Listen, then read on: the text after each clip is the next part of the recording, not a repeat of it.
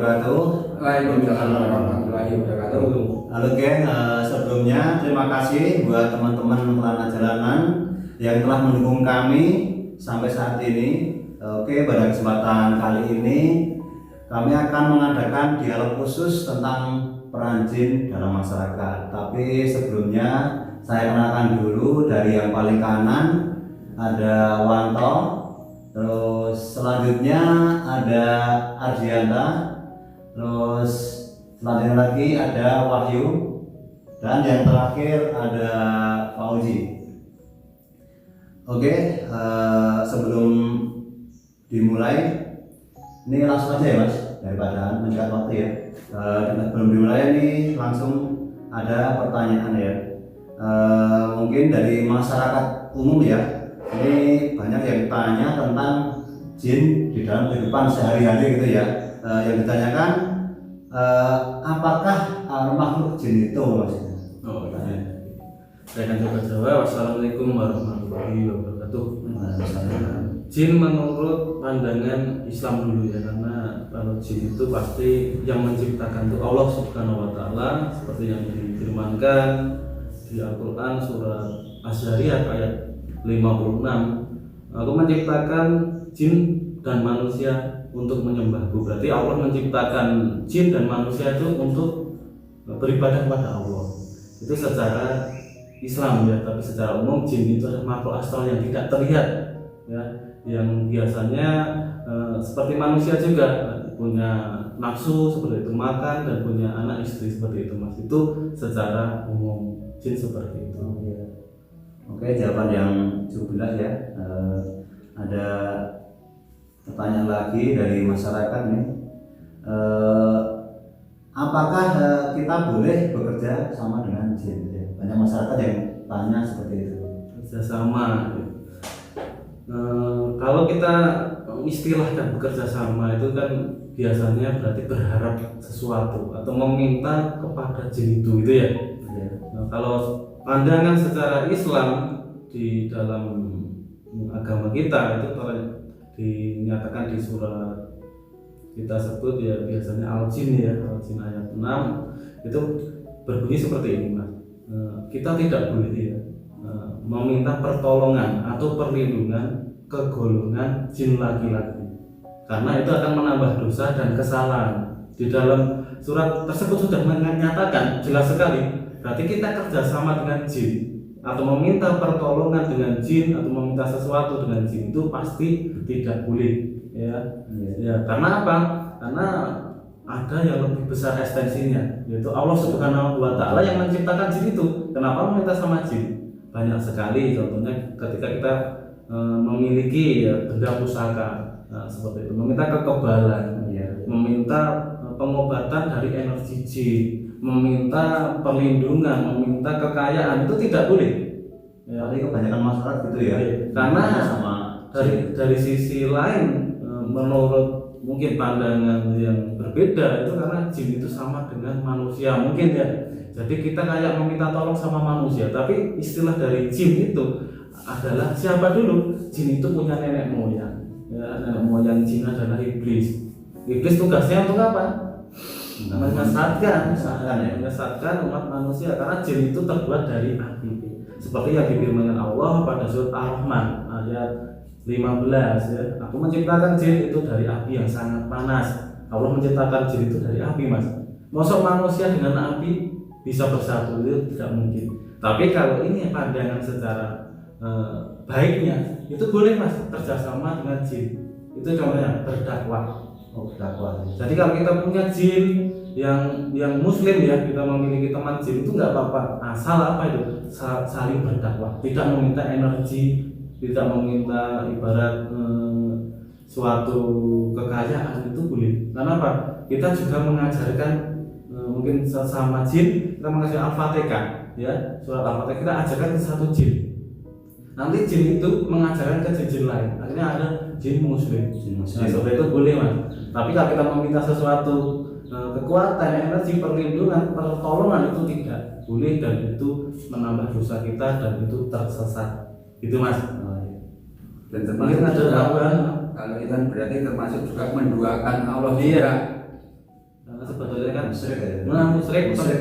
Terus Allah menciptakan jin kan untuk beribadah, masa yang diciptakan malah Mau disembah. mau disembah atau dimintai tolong, kan nggak etis ya untuk secara pribadi atau keyakinan gitu mas. Mungkin teman-teman ada yang ditanyakan. Silakan. Ini begini dari tim kita, ada yang dipertanyakan juga dari masyarakat di pagi hari ini. Ada yang bertanya bagaimana rasanya dari tim kita saat untuk raganya untuk mediumisasi, apa yang dirasakan. Itu langsung ke Mas Fauzi. Langsung Mas Fauzi. Tim kita. Pertama kali saya tuh pas Dimasukkan. masukkan ya itu di mata itu kayak Gelap terus ada lagi. gelap terus dan nggak sadar di alam mimpi. Dan Berarti seperti rasanya seperti tidur itu ya? ya Tidak mengenal kawan sendiri itu tidak kenal gitu ya. Berarti kalau pas ngamuk itu mas, kalau pas ngamuk tahu nggak sadar? nggak sadar. Oh nggak tahu. Semuanya tiba-tiba dipukul gitu ya? Iya. Nggak tahu. Berarti nggak sadar ya? Ya, Itu kan yang menjadikan pertanyaan dari penggemar dan masyarakat itu banyak yang dipertanyakan tentang mediumisasi. Apa yang dirasakan oleh yang saat waktu kayak Mas Andrianto itu kan saat itu kan diuji untuk pembuktian. Itu kan terjadi juga Mas Andrianto itu kok menangis sangat tegak, tidak berkedip, ada kan 1 menit lebih. Nah itu ada yang dipertanyakan juga dari penggemar kita. Oh iya. Itu kenapa nangis itu takut apa kira-kira nampak dengan makhluk astral Itu begitu? masuk kerasukan ya. Itu gimana Mas Bianti? Takut apa memang ada penampakan makhluk begitu? Karena itu ya takut, terus ketakutan itu ya. Ada jin yang mendekat ya? Iya, Terus sosok Tapi ya sosoknya terlihat nggak? terlihat. Oh terlihat. terus sugestinya takut gitu ya. Terjadi sosok itu menangis, ya, terus Mas Sarjanto kasihan, Iya kayaknya. pikirannya jadi terus kayak hibah dengan dia gitu, terus ikut menangis gitu ya. Iya. Apa mungkin itu kira-kira begini, jin itu udah mau masuk begitu ke Tengah ya, Tengah sadar. sadar ya.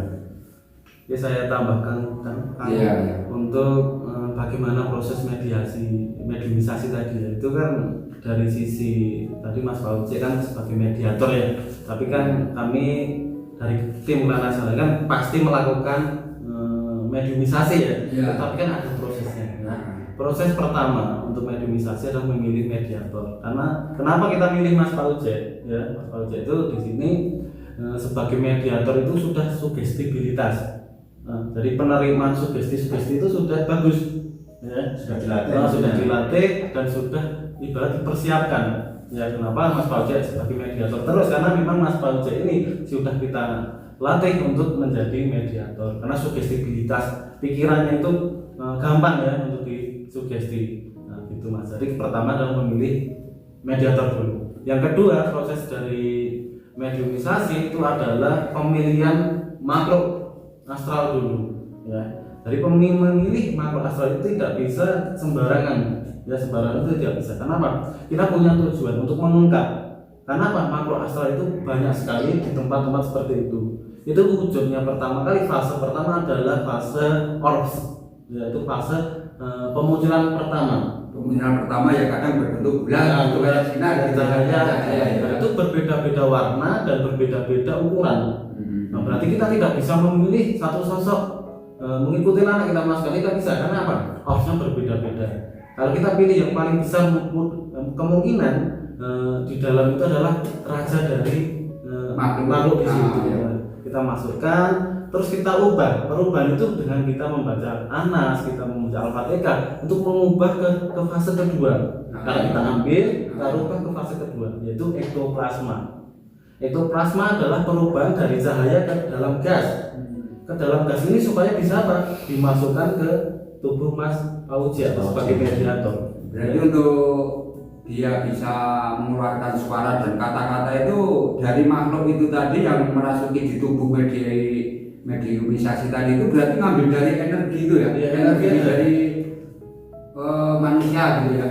Ya itu karena dari sisi ektoplasma itu baru bisa ke sisi ke fase penampakan. Ya. Nah, itu disebut dengan vortex. Nah, vortex itu adalah fase dari gas menjadi Iya. penampakan atau benda padat.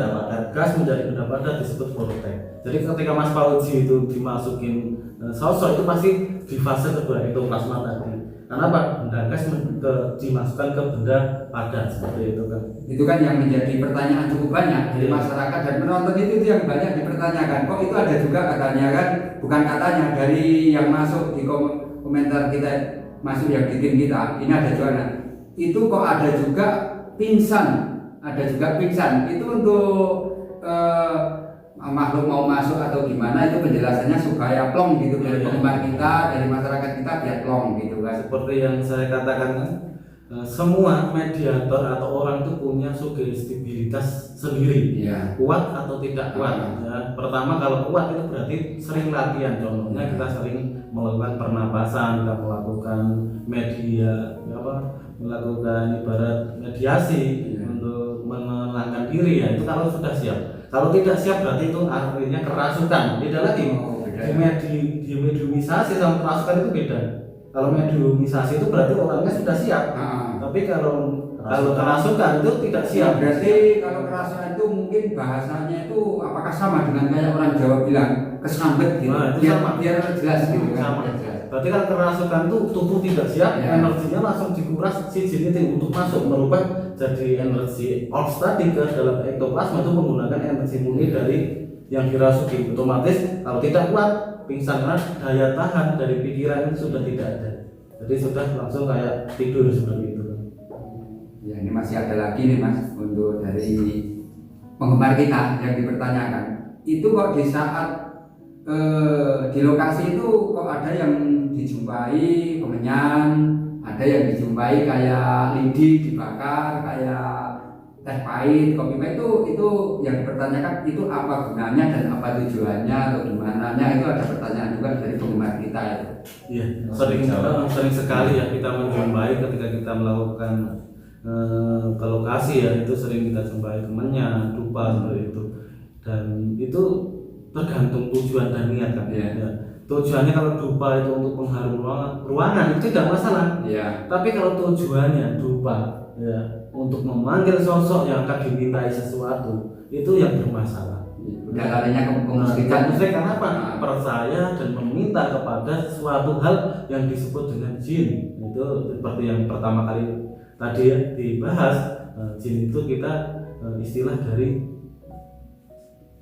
iblis ya. Iblis itu adalah tugasnya apa? Untuk membangkang atau untuk menyesatkan manusia, menjerumuskan seperti itu. Jadi apa? Tujuan dari alat-alat atau media-media tadi seperti kemenyan, dupa, rokok, kopi itu tujuannya untuk memanggil dan mempunyai tujuan tertentu. Jadi untuk meminta ya. Semakin banyak sekali yang meminta memuja jin itu, otomatis jin itu akan semakin kuat dan akhirnya menjadi siluman seperti yang masuk ke mediumisasi, kita melawan. Iya. Melawan, bisa juga kita rasakan energinya panas, sakit, itu memang dapat unsur dari benda itu tadi ya. Iya, karena memang dipuja, ibarat disembah-sembah ya, dipuja-puja, disanjung-sanjung, dimintai pertolongan, akhirnya apa? Energi-energi dari manusia seperti inilah yang menguatkan sosok tenaga, ya, tenaga dan energinya supaya bisa apa? Terlihat manusia seutuhnya manusia. Jadi itu yang seperti yang kita alami itu kan di dekat lokasi itu terkadang kala kejadian kecelakaan, berarti uap atau energi yang udah mendapat dari benda tadi itu ya unsurnya memang menjerumuskan dan ingin mencelakai dari jin itu tadi gitu kan.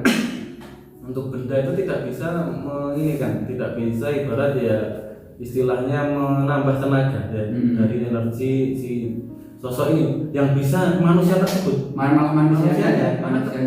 Sifat dari memuja tadi menimbulkan sifat energi yang negatif. Akhirnya sifat energi negatif itu diserap oleh jin itu. Nah, seperti itu akhirnya menjadi sosok siluman ya.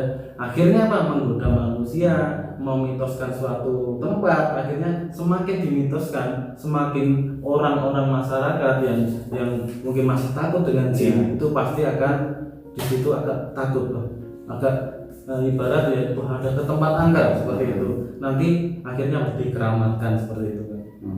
Ya, ini ada pertanyaan lagi Mas dari teman-teman kita ya.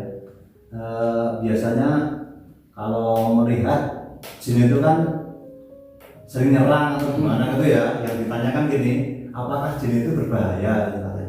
Oke, untuk jin berbahaya atau tidak itu tergantung kita ya, tergantung kita yang menyikapi dan kita yang akan merasakan ibarat pikiran kita sendiri itu. Pertama, ketika kita punya imajinasi dari ketakutan seperti itu ya, dari ketakutan akhirnya imajinasi kita keluar, akhirnya kita bisa melihat sosok-sosok seperti itu.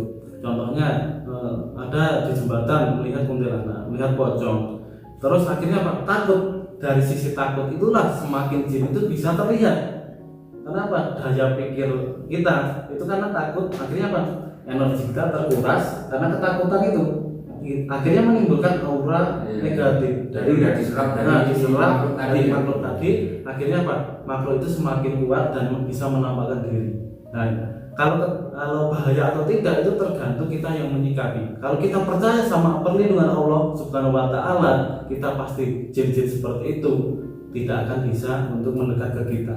Seperti itu, Mas. Tapi kalau kita tidak mengingat, kita tidak berzikir kepada Allah di tempat-tempat mungkin yang sudah dikeramatkan angker, ada kecelakaan karena kelalaian kita yang tidak fokus dan kita tidak berlindung kepada Allah dan karena merasa takut tadi. Akhirnya kita tidak fokus. Di belakang mungkin karena halusinasi ada sosok, akhirnya di depan itu ada kendaraan lagi, terjadilah kecelakaan. Nggak ada kontrol lagi di pemikirannya, udah ada kontrol ya. Ada kecelakaan terus terjatuh seperti itu, gitu Mas. Oke ya, ada pertanyaan lagi yang sering ditanyakan ya, bahkan anak kecil atau orang dewasa sering pengen tahu ya, apakah semua orang itu bisa melihat jin Mas? Yang saya tanyakan. Kalau melihat dipastikan ada sosok ya, seperti kalau mitosnya banyak sekali masyarakat, ada yang melihat hantu, ada yang melihat pocong, kuntilanak, genderuwo, itu pasti bisa melihat semua. Karena apa? Tergantung dari unsur kita cara melihatnya Mas. Contohnya ketika kita di tempat angker ya, di tempat angker terus kita rasa takut tadi, akhirnya kita halusinasi lagi dan kita bisa melihat itu berbeda ketika kita dengan memiliki suatu mungkin kelebihan. Contohnya kalau kita sebut mata batin, sebenarnya mata batin itu tidak harus kita dari lahir atau itu bisa dipelajari. Karena apa? Itu secara konsep mata batin itu adalah hati, matanya masih banyak. Orang tunanetra masih bisa melihat, itu tidak belajar Mas, tidak belajar dari maaf ya, tunanetra ke tunanetra, tidak belajar, tapi apa? Hatinya lah yang menuntun. Berarti mata batin itu semua orang punya. Nah, jadi seperti itu. Jadi semua orang ada kesempatan untuk melihat jin. Itu dengan teori ya tadi. Ketika kita ketakutan itu pasti kita berhalusinasi kayak melihat sosok itu. Akhirnya diserap energinya ke tubuh sosok itu, akhirnya menampakkan seperti itu. Oke, jawaban yang sangat jelas ya. Mungkin dari teman-teman ada yang mau bertanya, silakan. Ya kalau dari saya ada cukup yang dipertanyakan dari penggemar kita tadi Mas. Oke, ada yang lain yang mau ditanyakan? Sudah cukup. Untuk kita membahas ini secara garis besar ya, untuk masyarakat ya yang masih yakin dan masih takut dengan istilah jin, yaitu kami sarankan Anda tetap fokus pada pendirian. Karena Anda seorang muslim itu jangan takut. Karena apa? Allah selalu melindungi dengan ayat-ayat sudah di Al-Quran. Karena apa? Jin itu takut dengan ayat-ayat Allah ya. Kalau kita membaca istilah yang paling sering kita baca ayat kursi ya, untuk gambaran masyarakat itu sudah cukup. Kalau lebih singkat lagi bisa Anas, bisa Al-Fatihah, bisa Al-Ikhlas seperti itu. Jadi kita yakin saja jin ini tidak akan bisa ya, istilah tidak akan bisa membahayakan kita kalau kita yakin kepada Allah. Itu sudah cukup. Jadi ketika kita ada masalah ya di dalam kehidupan, terus ada sugesti-sugesti yang mungkin bisa mengaruhi pikiran kita untuk berbuat yang zalim kepada diri kita, itu karena apa? Kita tidak mendekatkan diri atau meminta pertolongan kepada Allah. Artinya sugesti-sugesti yang negatif-negatif itu gampang masuk. Ya, jadi contohnya kalau kita berzikir kepada Allah, terus nanti ketika kita melakukan ibadah ada sugesti-sugesti yang mungkin masih terdengar, ya. Itu karena apa? Kefokusan kita, ketaatan kita kepada Allah itu ibarat belum 100% itu beribadah, ya. Jadi masih ada rasa takut, ada urusan di dunia. Itu karena apa? Itu campur tangan jin, karena untuk menggoda kita. Ada campur tangan ya. Itu paling 100% itu susah untuk ibarat kusuk ya. Itu karena memang manusia diciptakan dan jin itu seperti itu, mempunyai hawa nafsu tadi. Gitu. Jadi istilahnya jangan pernah takut dengan jin, jangan pernah takut dengan istilah bahayanya jin itu, terus bisa menyerang kita, bisa mematikan kita, itu jangan takut. Itu pesan dari kami ya, seperti itu. Oke ya, sebelum ditutup nih, kalau mungkin ada teman-teman yang mau tanya, yang ada saya menambahkan sedikit ini. Ya, semoga dari Allah memberikan kekuatan kita semakin belajar baik dari menuju ke depan yang lebih baik, ada manfaatnya. Terima kasih juga dari penggemar apa yang telah dipertanyakan dari masyarakat umum. Insya Allah ada imbangnya dari jawaban-jawaban kita tadi. Saya minta doa dan dukungannya. Gitu Mas, dilanjut. ya, udah ada pertanyaan lagi ya. Kalau nggak ada kita tutup ya. Mohon doanya kepada teman-teman Kelana Jalanan ya, dengan cara subscribe, like dan share. Semoga di video kali ini bisa bermanfaat ya buat teman-teman semuanya. Akhir kalam, wassalamualaikum warahmatullahi wabarakatuh. Waalaikumsalam.